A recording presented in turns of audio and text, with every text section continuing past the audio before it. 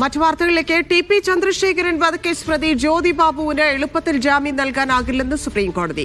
കൊലപാതക കേസായതുകൊണ്ട് വിചാരണ കോടതിയിലെ രേഖകൾ പരിശോധിക്കണം. ഇതിനുശേഷം ജാമ്യാപേക്ഷയിൽ തീരുമാനമെടുക്കുമെന്നും സുപ്രീം കോടതി അറിയിച്ചു. ധനസുബോധ ചേരുന്നു. സുബോധ, എന്താണ് കേസിൽ കോടതിയിൽ നടന്നത്?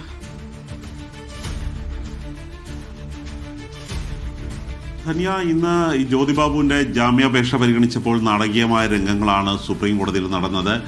ഒരു കാരണവശാലും ജാമ്യം ജ്യോതി ബാബുവിന് നൽകാൻ കഴിയില്ല, അത് നൽകരുത് എന്ന ആവശ്യവുമായിട്ടാണ് കെ രമ ടി.പി. ചന്ദ്രശേഖരൻ്റെ ഭാര്യ സുപ്രീം കോടതിയിൽ ജാമ്യാപേക്ഷയ്ക്ക് മറുപടിയായിട്ട് ഒരു സത്യവാങ്മൂലം നൽകിയിരുന്നത്.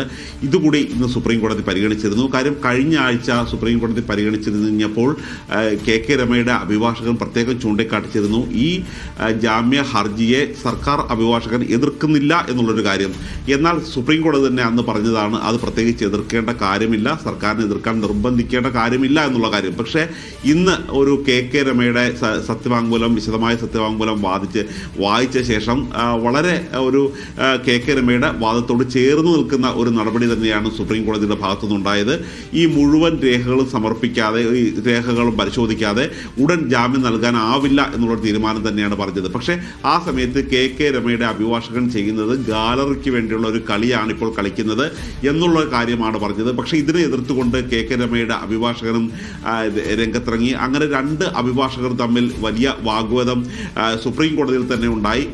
അതിനുശേഷം ആണ് സുപ്രീം കോടതി തന്നെയാണ് തീരുമാനിച്ചത് ഇത് വിശദമായ ഒരു പരിശോധന ഇതിനകത്ത് ആവശ്യമുണ്ട്. കാര്യം കൊലക്കേസാണ്, ഒരാളെ പെട്ടെന്ന് അങ്ങനെ ജാമ്യം നൽകാനാവില്ല. അങ്ങനെയാണെങ്കിൽ പരിശോധനയ്ക്ക് ഈ ബാക്കി ഡീറ്റെയിൽസ് വിളിച്ചു വരുത്തുന്നതുവരെ ഒരു ഇടക്കാല ജാമ്യം അനുവദിക്കണം എന്നുള്ള ഒരു ആവശ്യമാണ് ജ്യോതി ബാബുവിൻ്റെ ഒരു അഭിഭാഷകൻ ചൂണ്ടിക്കാണിച്ചത്. ഒരു കാരണവശാലും ഉടനടി ഒരു ജാമ്യം നൽകുന്നത് പരിഗണിക്കാനാവില്ല എന്ന് പറഞ്ഞാണ് അടുത്ത പോസ്റ്റിംഗിലേക്ക് നീട്ടിവെച്ചിരിക്കുന്നത്. ശരി സുമോദ്.